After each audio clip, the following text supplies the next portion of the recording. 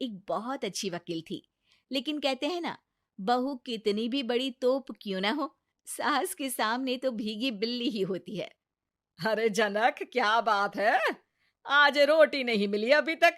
ये तेरा कोर्ट नहीं है जो आज फैसला ना हुआ तो कल की तारीख मिल जाए। रोटी तो रोज वक्त में चाहिए। हाँ। माँ जी, रोटी तो कब की बन गई। मैंने आपको कहा तो खाना खाने के लिए, आपने शायद सुना नहीं होगा। ओहो हो, जज नहीं हूं मैं तेरे कोर्ट की, सास हूं सास। कोई दलील फालतू की मत देना यहाँ।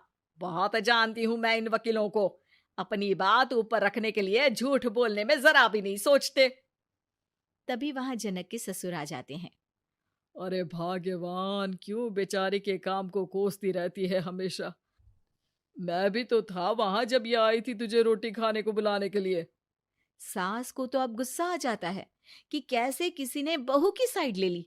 अरे वाह जी वाह। वो तो मैं जानती थी कि कोई ना कोई गवाह तो ये पेश कर ही देगी। पर मैं तो अब सीधा खाना खाकर सोने जाऊंगी। मुझे आदत नहीं है किसी से बहसा बहसी करने की। पता नहीं कैसे ये वकील इतना दिमाग लगाकर खुद तो झूठ बोलते ही हैं, साथ में झूठे गवाह भी ले आते हैं।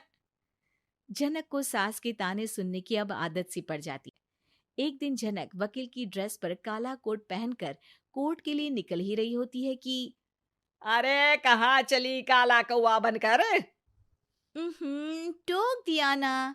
अब कोर्ट तो वकील वाली ड्रेस पहनकर ही जाऊंगी ना। वाह भाई वाह, दामिनी तो मैंने भी देखी है।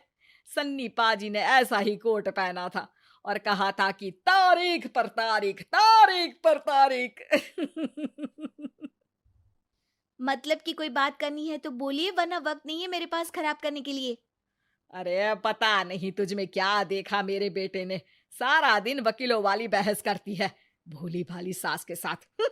अच्छा सुन, जो इतनी बहस मेरे आगे करती है ना, जरा अपने बॉस से कर ले, जो 1 साल भी ना हुए तेरी शादी को और काले कपड़े पहना दिए। अंदर जा और लाल कोट पहन कर आ, पता तो चले कि नई नवेली शादी हुई है। अरे माँ जी, कोर्ट में मेरा बॉस क्या करेगा? ये तो पूरे देश की ड्रेस है वकीलों के लिए। लेकिन सास तो ठहरी सास। अच्छा, तो कोई जरूरत नहीं है 2-4 साल कोर्ट जाने की। शादी थोड़ी पुरानी हो जाए तब इजाजत दे दूंगी मैं तुझे काले कपड़े पहनने की। अब क्या था, मन मारकर जनक को लाल रंग का कोट पहनकर कोर्ट जाना पड़ता है। उसके जाने के बाद आहा, बढ़िया, ये पूरे देश की ड्रेस की बात करने वाली। अरे पहना दिया ना लाल कोट। अब सास आए दिन या तो जनक को उसके काम का ताना देती या फिर उसका काम छुड़वा देने की धमकी। तंग आकर एक दिन जनक पति से कहती है, मैं सोच रही हूँ कि कोर्ट जाना बंद ही कर दूं। अरे क्यों यार, इतना अच्छा करियर है, क्यों छोड़ने की सोच रही हो? अरे लाल रंग का कोट पहनकर जाना पड़ता है। हर बात पर सास ताना देती है कि वकील तेज होते हैं, सवाल जवाब करते हैं, झूठी दलीलें देते हैं। अरे तो ठीक है ना, वो जो कहती है अपनी समझ से कहती है, लेकिन तुमको तो पता है ना कि सच्चाई क्या है। जनक को पति की बात से हौसला मिलता है कि तभी घर पर कुछ लोग आ जाते हैं। अरे आइए पंच साहब, कैसे आना हुआ? अरे भाई साहब, सुना है कि आपकी बहू वकील है। तभी वहां सास आ जाती है। हाँ है तो, लेकिन क्या हुआ? फिर कहीं बहस कराई क्या? अरे हम तो खुद दुखी है उसके व्यवहार से। अरे भाभी जी, आपको तो पूरा मोहल्ला जानता है कि आप कितना बोलती है। फिर हम यहाँ बहू रानी की कोई शिकायत नहीं, बल्कि अपनी परेशानी लेकर आए हैं। ससुर जी खुश हो जाते हैं। हाँ हाँ, मैं भी बहू को बुलाता हूँ। जनक वहां आती है, सबको नमस्ते करके बैठ जाती है। बहू रानी, हमारे गांव में बड़ी मुसीबत आ गई है। अब तो पूरे गांव की जिम्मेदारी मानो तुम्हारे कंधों पर है। अरे ना ना, इससे तो घर की जिम्मेदारी पूरी नहीं होती। ये गांव की जिम्मेदारी क्या लेगी? भाभी जी, आप चुप हो जाओ। यहाँ पढ़े लिखे लोगों की बात हो रही है। आप जाओ, जरा रसोई से सबके लिए चाय लेकर आओ। मैं कॉफी लूंगी। हाँ हाँ, वकील साहिबा के लिए कॉफी। सास सर पैर सब पटक कर वहां से निकल जाती है। बहू, गांव में पानी नहीं आ रहा है। पड़ोसी राज्य ने हमारा पानी रोक रखा है। हम्म इसका मामला तो बड़े कोर्ट में चलेगा पंच जी, लेकिन ऐसा क्यों? वो राज्य हम लोगों से पानी के पैसे मांग रहा है। अब आधे गांव में पानी की सप्लाई खत्म हो गई है बहुरानी। अच्छा पंच साहब, बात गांव की है तो मैं जरूर केस लड़ूंगी। यहाँ एक बार फिर सास की एंट्री हो जाती है। अरे वाह जी वाह, ये काम करवा लो, आप हमारी बहू से बहुत अच्छा करती है। मैं हूं सीधी सादी सास।